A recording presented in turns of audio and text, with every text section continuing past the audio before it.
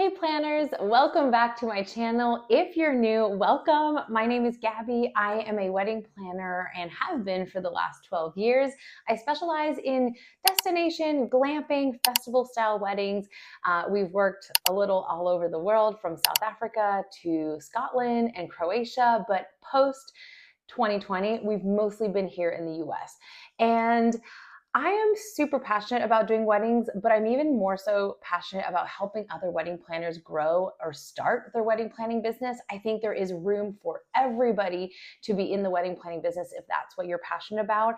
And so I created this channel to give you free advice, tips, trips, show you behind the scenes, and really take you along and show you both the successes that we get, but also mistakes that I've made, and so that you can try not to make them yourself. And today is a very exciting video because it is December, which means we're in the thick of what's called engagement season.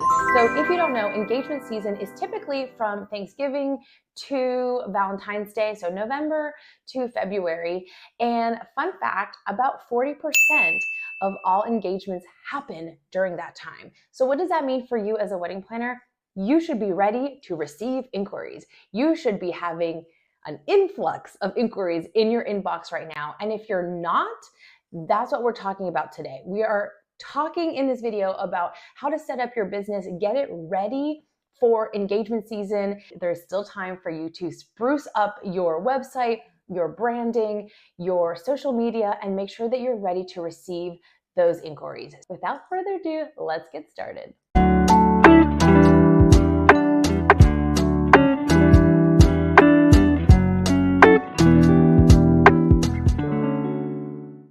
Okay, so the first thing in preparing to receive a ton of inquiries in engagement season is making sure that your business is preparing for it. So before we even go out there and say we are open for business, we need to make sure that our visuals are ready to welcome our ideal client. What does that look like? That looks like refreshing your website with new photos. So maybe you had a website that just had a few beginner photos or maybe stock photos when you first started. There's nothing wrong with that if you have no content. But if you've been doing this for a little bit of time, make sure that you're adding real photos from weddings that you've planned, even coordinated. Even if you didn't do the design and your clients did their own design, you can still say that you coordinated those and you were the one setting up the decor. So make sure that you're showing who you are. If you're a solopreneur or a single wedding planner in your business, or if you have a team, make sure you are showing all of the people that are part of your business so that when they're inquiring, they feel like they can at least put a face to the brand and it's not just a logo with no names behind it. Another great idea for your website is making sure that you have some reviews that are clearly displayed on your homepage. This is something that, I'll be honest, I have been working on myself. It is on my to-do list. And if we work on this together, I think we can both get it done before the end of the year and welcoming 2025 wedding clients. Also, don't forget to put a clear call to action on all of your website pages and even on your social media. So typically a call to action is going to be book a free consult call. That's a great way to get potential clients to at least talk to you for free first and see if they're a good fit for you and see if you're a good fit for them. Another call to action could be to download a freebie. So if you're someone that wants to get more people on their email list and you have a sample timeline or you have I don't know, a budget guide like we have on our website, that's a great idea to put as a call to action at the bottom of your blog posts or on your homepage or gallery page, whatever you feel is the best client journey that you want to provide. Another way that I prepare my business for engagement season is I start thinking strategically about my social media posts. So right now, if you're thinking about the client journey, couples are looking for education and inspiration for the most part. So I want my Instagram, which is where most of my couples will find me, as opposed to Facebook. I'm not really active on TikTok, but if you are, this is a great place to be for couples. But for me, Instagram, it's really where I want to make sure I am posting my best photos right now of past weddings. Even if I've posted it before, this is when I want to re-showcase my favorite weddings, my best designs, my favorite venues, and really showing couples what I am capable of doing. I want them to either love what I do Or if I'm being honest, I also want them to maybe hate what I do so that we know right away without a shadow of a doubt, they are either a good fit or not a good fit. And I really believe in making sure that you are niching down when you're in the wedding industry, because you can't be everything to everyone. You can't be everyone to everything. No, you can't be everything to everyone. So finding your ideal client, or at least something that you specialize in, and showcasing that for the majority of your social media is going to really help you narrow down your ideal client. It's going to make their job in decision making a lot easier when they're looking for vendors too. On the educational side of things, I also like to sprinkle in some social media posts that are more educational. So sometimes that might be, 5 tips for a perfect wedding timeline, or do's and don'ts of having dogs at your ceremony. That's something we do a lot. I have some that are coming up about whether or not you should do a first look. And here's the thing, I've posted similar things like this in past engagement seasons, but there are fresh eyes on our page, and it is totally okay to repurpose your content. I've gone ahead and even run it through ChatGPT just to find a few little edits and make sure we switch it up a little bit. But no one's going to remember the exact word that you posted a year ago during that engagement season. Okay, next we need to actually attract these clients and make sure they're coming to our page, because our website is ready to go, our social media is ready to go. And now how do we bring them in? A couple ways. Organic search. So I am a big fan of Pinterest, and I could go on. I have a whole playlist that I'll link here all about my Pinterest tips and tricks. It is something I'm super passionate about and I do for my own business. And I think, especially in the wedding industry, if you are not using Pinterest for business, you are missing out. So Pinterest, making sure you're adding content on there, keywording things properly, creating boards that are really attractive and searchable is one of my top ways to attract new clients. Things like blog posts are super searchable. So you can make a blog post both either inspirational, where you just share beautiful photos and maybe a recap of the day and being strategic about the keywords that you're putting in there. Or you can make it educational, like 5 ways to decorate a sweetheart table, right? And so you can use photos from past weddings, and you maybe make some notes on, this works really well for family style because there's more room on the table, or this works really well for buffet style because XYZ. So get creative with that. I think blogging is not dead. And I'm a big fan of Pinterest and blogging together, by the way. Hey guys, interrupting this video really quick to show you my Pinterest and blogging course that is specifically for wedding pros. So I wanted to take you really quick behind the scenes, and if you pay attention, there will be a code at the bottom in the show notes just for you. So when you get this course, you are basically going to do a quick intro. And here's the thing with this course, I didn't want any fluff. I took out all the fluff. You are getting straight to the good stuff right away. So we are starting out with identifying your ideal client. Then we move into keywords and pin descriptions. I literally share my screen during this video and this whole training to show you exactly where to click, how to do it, what to type, and it should be the easiest thing for you to follow. So we find keywords, we optimize our profile, we write pin captions together, and then I also have a bonus where I already made some board titles and pins for you. You can just copy and paste them and see how that works. Then we do video pins and what was formerly known as story pins, but now they're all just video pins. I show you how to tag some stuff. Then we talk about scheduling and analytics and how you can use some third-party schedulers.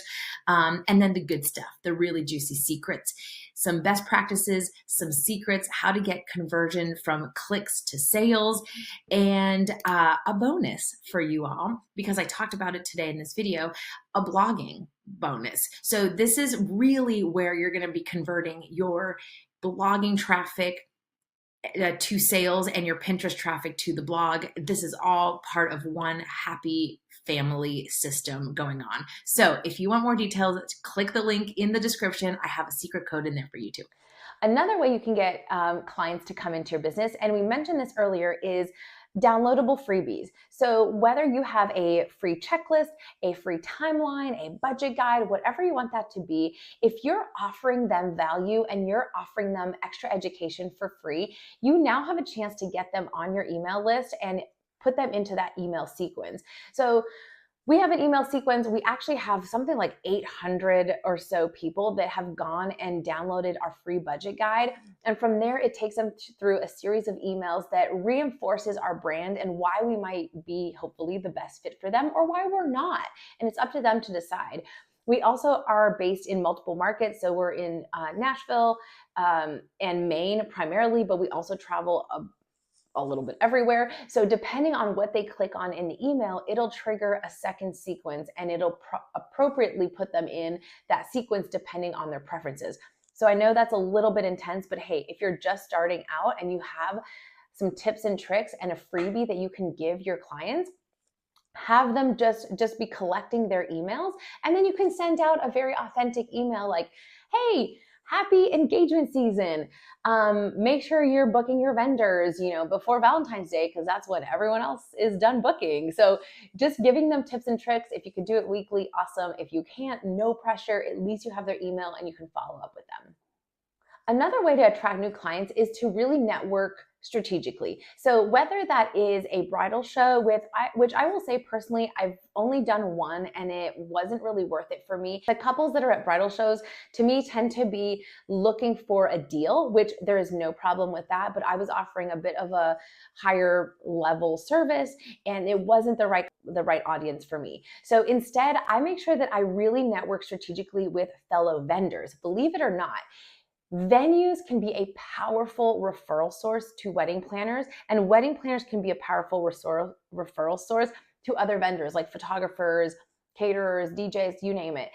But the opposite can be true. If you have a high-end caterer and people know that caterer and they hire them first, they have the power to refer you. So network strategically, especially during the holidays. It's really nice to send out a little card or a special gift to someone that maybe has referred you in the past or someone that you're looking to connect with in the new year. So we've prepped our branding, our website, our social media. We are starting to attract clients. How do you book them? What's happening next? Here's the trick: effective communication. And when I mean effective communication, if you get a lead in your inbox, you better be responding within 24 hours. I know there's a kind of a rule out there that's like 2 business days. Not this time of year. Engagement season is cutthroat.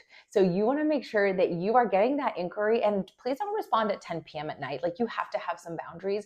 But if you see that the next morning, it better be the first thing you address. It can be something as simple as, hi Jane, I got your inquiry. I'm so excited to dive into your details a little bit. Please allow me 24 hours to put together a customized proposal. If that's the way you do it, we recommend going ahead and scheduling a 15-minute free discovery call right away, because that's going to give you some more one-on-one time, whether you're doing it via Zoom or FaceTime, or whether you're just getting on the phone with them. You can hear their tone of voice, you can add some personality to your sales call, and you can chit-chat a little bit more. So we have a list of questions that we ask our couples on that first discovery call. I am not in there talking about the names of the people in their wedding party. I just need to know location, guest count, what kind of pain points they have right now, what they're going through that I can help them solve, and really kind of reinforcing the fact that we are there to take the stress away from them, as opposed to listing a long list of all these things that we do. I'm here to make sure that I am adding a benefit as opposed to just a list of tasks that I take over.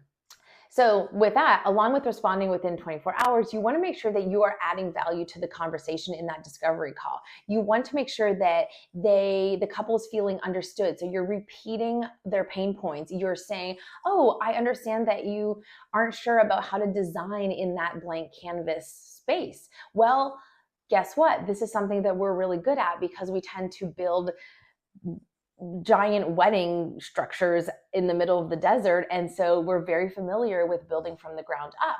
Let me share, some of my latest galleries. I'll send those over by email. So you go on and you want to make sure that you're understanding and acknowledging their pain points, but you're adding value and you're showing them how you can be a great asset to their wedding team and how they will be stress-free by the end of the time working with you. And like I mentioned, I like to have that call first, and then I follow up with a custom proposal. We have 5 packages that we offer, but I don't list all of those. I really created 5 because I want to make sure that I have something somewhat custom for everybody. Some of them include rehearsal dinner planning, some of them don't. And so I feel that out in the initial discovery call, and then I can send them 3 packages knowing that they're more likely going to pick the middle package based off of buyer psychology and knowing that the middle for people seems to be the best value. So I still like to give them options. I think people like to have options as opposed to one single package.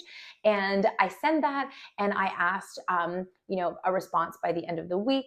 A great tip too is sometimes you can add a bonus. Say, hey, if you book in the next 24 hours, we will add a free wedding arch, or candles, or maybe there's something that you have, a free hour of rehearsal dinner planning or something like that. So that's a great way, especially how quickly bookings are happening during engagement season. You do not want them to sit on that proposal for very long.